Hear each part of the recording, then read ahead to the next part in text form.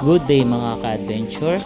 Dito ako ngayon sa Marilao, Bulacan para mag-snakehead fishing. Subukan natin manghuli ng bulig o yung tinatawag nilang dalag. Gagamit tayo ng sa bulig natin, bait casting reel. Gagamitin natin. Tapos ito rin, bait casting rod na wolf, 4 to 10 pound, no?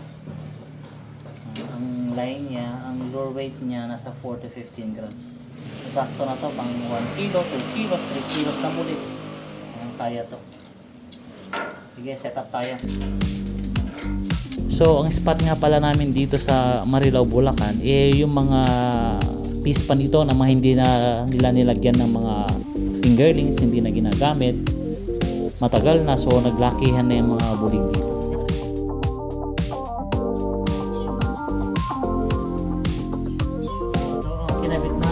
Artificial tap water lure, no?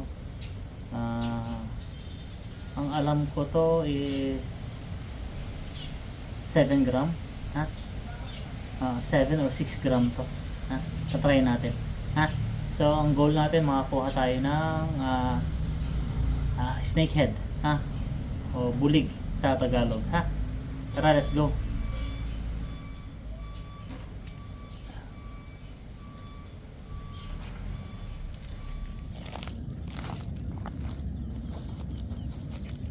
Start tayo dito sa artificial na tap water na 7 grams to. So check out natin, ha.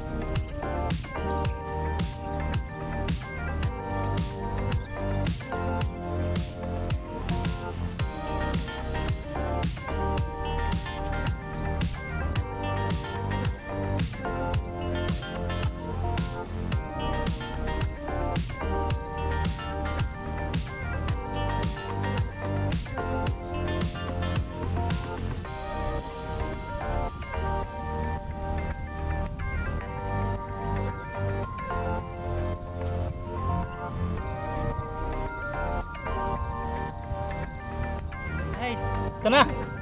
Kinakahintay ng lahat. Angat mo na konti. Oh, grabe, snakehead. More than 1 kilo na. Mga 1.5 siguro ka na. Ano? Di ba yan?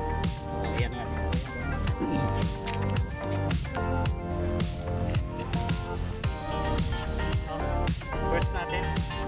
Grabe. Maliit lang pero okay. Pwede na.